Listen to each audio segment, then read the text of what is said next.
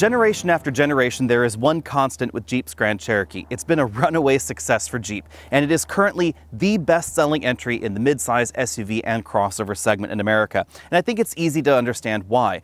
Whether you're looking for class-leading towing ability, class-leading off-road ability, class-leading luxury content, features, gadgets, gizmos, or the only available V8 left in this segment, there's a Jeep Grand Cherokee for you. And now for 2022, if you want 3 rows, there's a Jeep Grand Cherokee L, but that's a different video because today we're taking a look at the new 2-row model. Redesigning an icon like the Grand Cherokee is no small task. It needs to look instantly recognizable as a Jeep and a Grand Cherokee, but also look modern and different from the previous generations.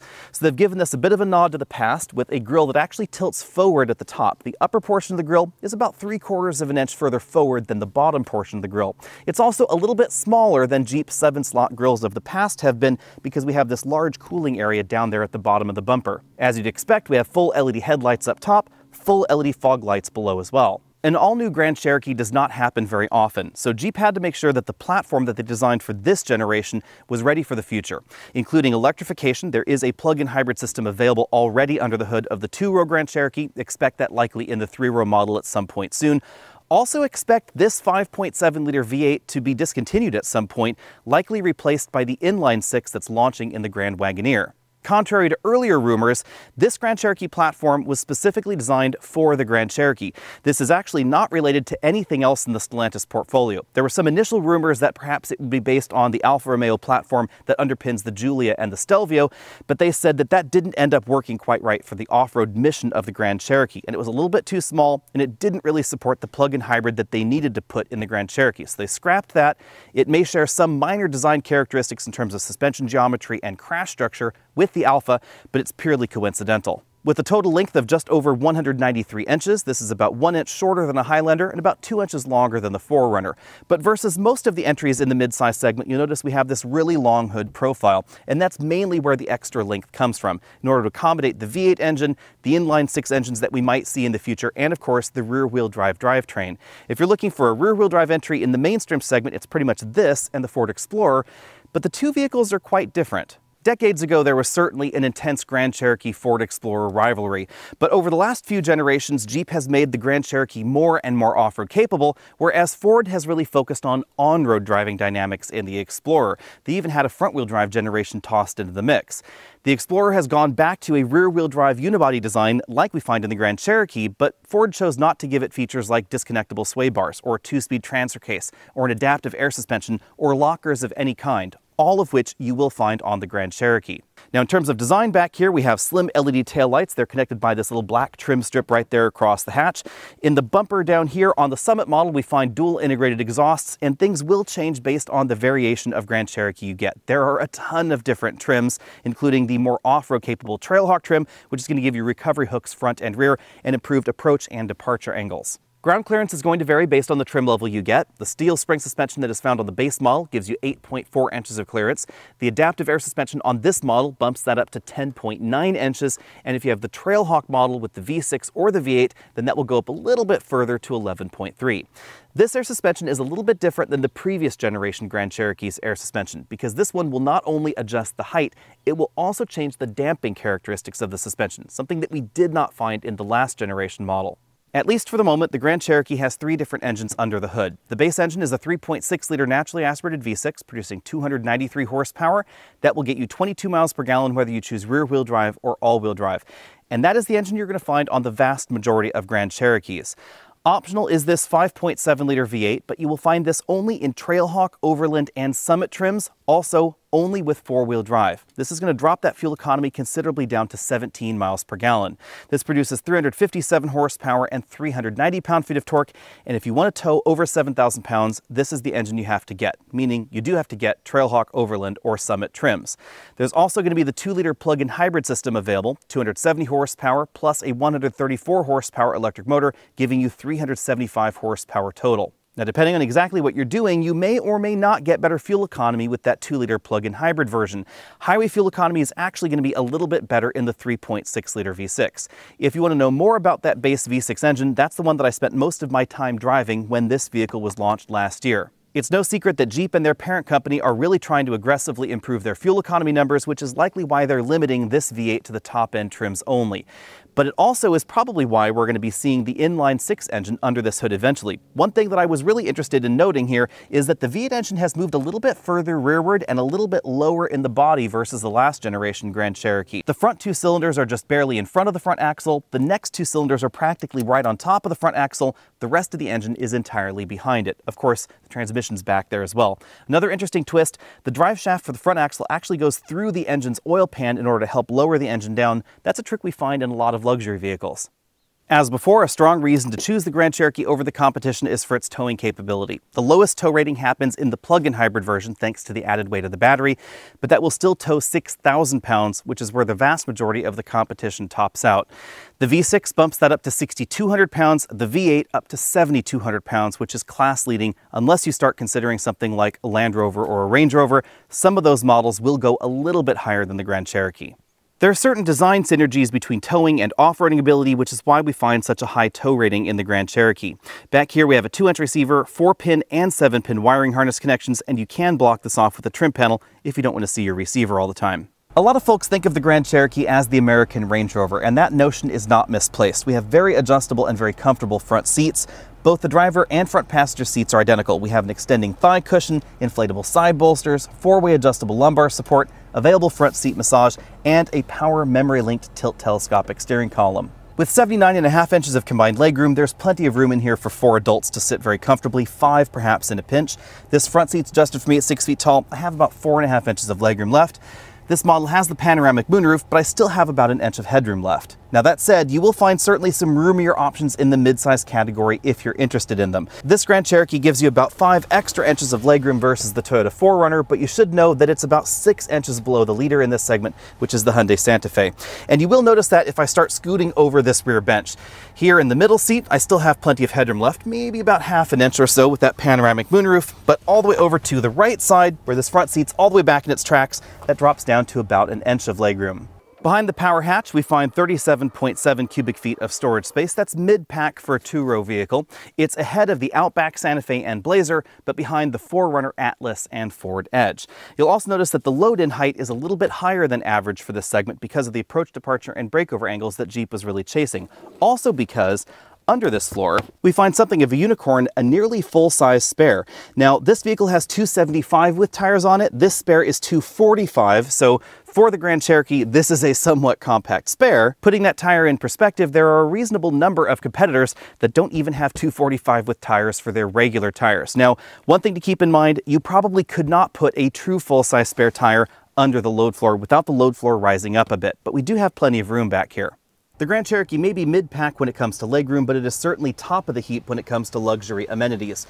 Back here on the rear door panels, we find integrated sunshades, lots of wood trim right there on the door, lots of stitched materials as well, stitched leather armrest, etc., and stitched portions of the panel even down there around that bottle holder. Also, the seat backs, this is all stitched material as well, so not a plastic cap like we find in most of the competition. There's a little bit of extra trim right there. 4-zone automatic climate control in this model with heated and ventilated rear seats both. 4 USB charge-only ports back there and an inverter port, and as you can see, this model also has the rear seat entertainment system.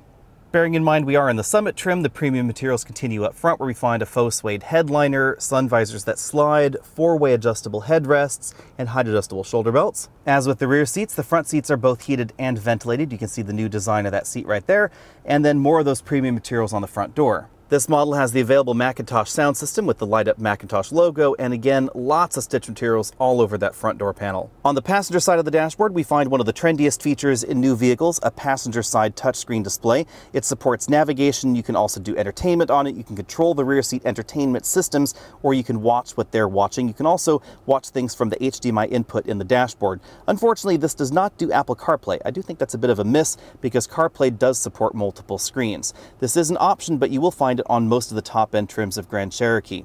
If you don't get this screen, then the dashboard changes a little bit, but I think it's well integrated into the dash. And in case you're wondering, you cannot view that screen over here from the driver's side. It just appears dark because of the prism in there. We have some contrasting stitching on the upper stitch dashboard components, more of that real wood trim, lots of stitch materials going down here again. The glove compartment is a bin-style glove compartment, and rather than being a hard plastic, it actually is the same sort of soft touch materials that we find on this entire interior. The infotainment system in the middle of everything is running the latest Uconnect software. We see that in a wide variety of Stellantis vehicles. As you can see, it supports Apple CarPlay integration and the latest in interfaces from the rest of the Stellantis portfolio. If you want to know more about this, there's some more detailed videos on the channel. Basic things to know: we have a lot of redundant controls in here, like climate control. You can either use the physical controls below, or you can use the touchscreen. Speaking of those physical controls, down here we have controls for the heated and ventilated seats, the dual zone automatic climate control system up front. If you want to control the two rear zones, then you have to use the infotainment system up there or the controls in the back. We then have a storage cubby that you can close off with that lid. Lots of gloss plastic in here. I do think that's going to scratch easily. You can actually already see some of the fine scratches right there on the camera.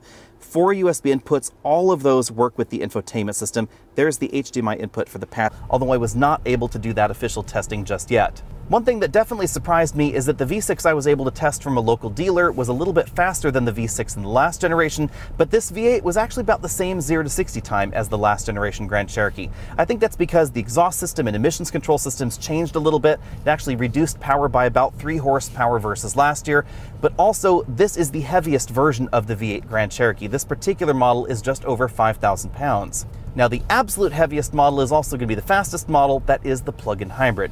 The V8 might not be as fast as some people were hoping for, but it really does have an excellent sound, and this 8-speed automatic transmission is very quick shifting. So whether you want to use the shift paddles or you just want to put it in the sport mode, it has an excellent feel to it.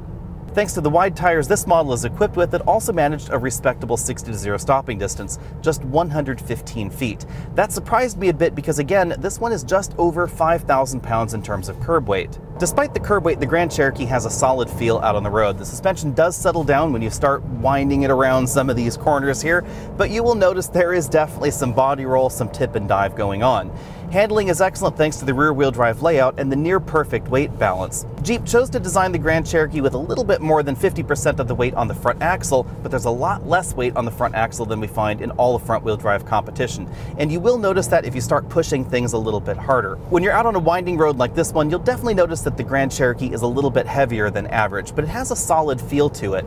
There's more tip and dive, more body roll than you'll find in something like a Highlander or a Pilot, but depending on the situation, actually better handling, because we have wide tires, we have a near perfect 50-50 weight balance, and we have a rear power bias.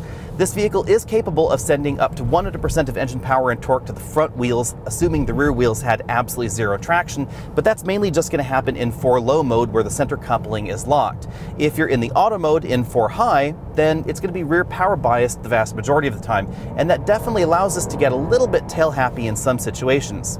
But the design of this 4-wheel drive system also makes it feel very predictable in inclement weather. It can remove the front axle completely from the equation with the front axle disconnect, but that's generally reserved for higher speeds. And it's not going to happen if you put this in more of the aggressive all-wheel drive modes like sport mode or the sand mud mode or the rock crawl mode, etc. Then it's going to try and send more power to the front axle more consistently. When it comes to the absolute handling score, I'm going to give this an A- because I like the steering feel, I like the chassis balance, and the grip is definitely good, but it is a little on the softer side. So if you're looking for an overtly sporty ride, that's probably not going to be the Grand Cherokee at the moment. The entire mission of the Grand Cherokee is rooted in off-roading, even models like this top-end Summit trim, which obviously is dripping with leather and wood trim on the inside. But it still has the hardware required for trails like the one that I'm on here, although you definitely will notice a lot of the wheel slipping because the tires really are more on-road focused. Now, this particular model does not have some of the more advanced off-road features which are available in the Grand Cherokee, like the sway bar disconnects and of course the locking rear differential. So this one is going to depend entirely on the brake-based system to send power left and right. But versus pretty much everything else outside of a Range Rover or a G-Wagon, something like that, but this still has more capability than you'll find on pretty much anything outside of a G-Wagon or a Range Rover, because we have that 4 low mode. And you're really going to notice that in off-camber situations like this climb here, where I'm going to end up getting one tire off the ground there. Oh, and you can definitely see it took a little while to kind of shuttle around that corner there. Lots of wheel slipping involved, but it still managed to do it. Even though this vehicle does not have a rear locker, you'll notice the difference between the way this traction control system works and the average one in a luxury vehicle. This one is going to try and not reduce engine power as much. Instead, it's going to try and clamp down on the wheel that's spinning to try and send power across the axle left and right. That's a traction control hallmark of the Jeep brand, whether we're talking about the Grand Cherokee or some of their smaller vehicles like the Cherokee, the Compass, etc. All of them have that same dedication to shuffling power around rather than simply limiting throttle. When the going is a little bit less tough, you'll definitely notice the comfortable tune to this suspension. Even over larger bumps and dips, things like that, this maintains poise. It's very, very refined. And this is the kind of suspension that you want to have if you're going to be doing long distance journeys out on rougher roads. So if you're going to the back of that BLM property or the state park or the federal park, etc., you're going to want something that's tuned to the softer side of things so that way it doesn't get tiring. There are a decent number of off-road focused vehicles that have really firm suspensions, especially some of the pickup trucks out there, and those can get really tiring after you've been out on a trail like this for 30 minutes to an hour. Out on a rougher road surface like the trails that we were on earlier or this gravel road that I'm on now, I give ride quality an A+. This is certainly tuned towards the softer and more comfortable side of the segment, and you'll definitely notice the Grand Cherokee can feel a little bit heavy. But if you're looking for a comfortable highway cruiser, that's definitely going to be the Grand Cherokee. This is a lot more comfortable than something like a Highlander or a Ford Explorer.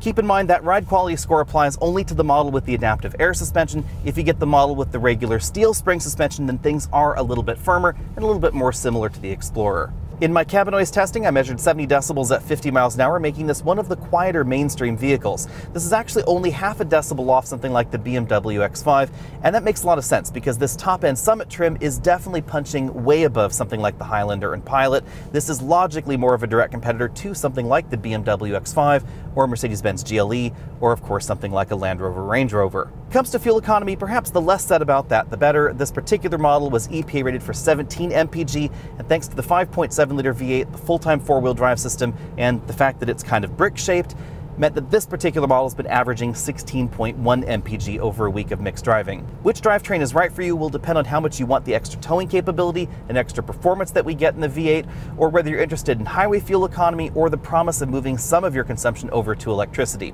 The plug-in hybrid will not necessarily be more fuel efficient out on the open highway, that's going to be the V6, but it is going to give you the best city fuel economy and the option to move some of that consumption over to electricity. From an engineering standpoint, the Grand Cherokee is certainly impressive because this gives you far more off-road capability than you would expect in a vehicle this size with this kind of curb weight, while also giving you decent on-road handling. And that's always been the Grand Cherokee's mission, the kind of vehicle that you could daily commute in, you could take customers or clients out in easily because it's a very luxurious place to spend your time, but also visit the off-road park on weekends as long as you aren't going to go on some of those more rugged trails where really only a two-door Wrangler should go. The blend of off-road capability and on-road driving dynamics has long been a Grand Cherokee hallmark, but it can be a pro or a con depending on exactly what you're looking for.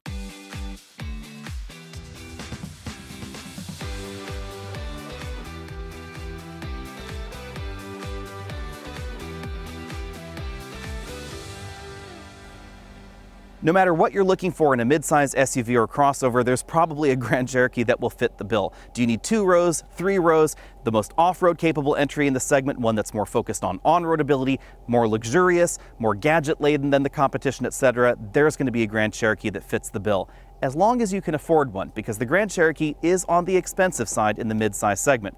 If you want to know all about that and how it compares against its key competitors in the US, be sure and check out part 2 of this video. At the end of this video, you'll notice the end screen, and then on the lower right side, there's going to be part 2. I'm splitting those off of the main review in order to help improve some YouTube statistics. So let me know what you think about that as well down there in the comment section. If you object to clicking onto that video, don't worry, you don't need to if you don't want to.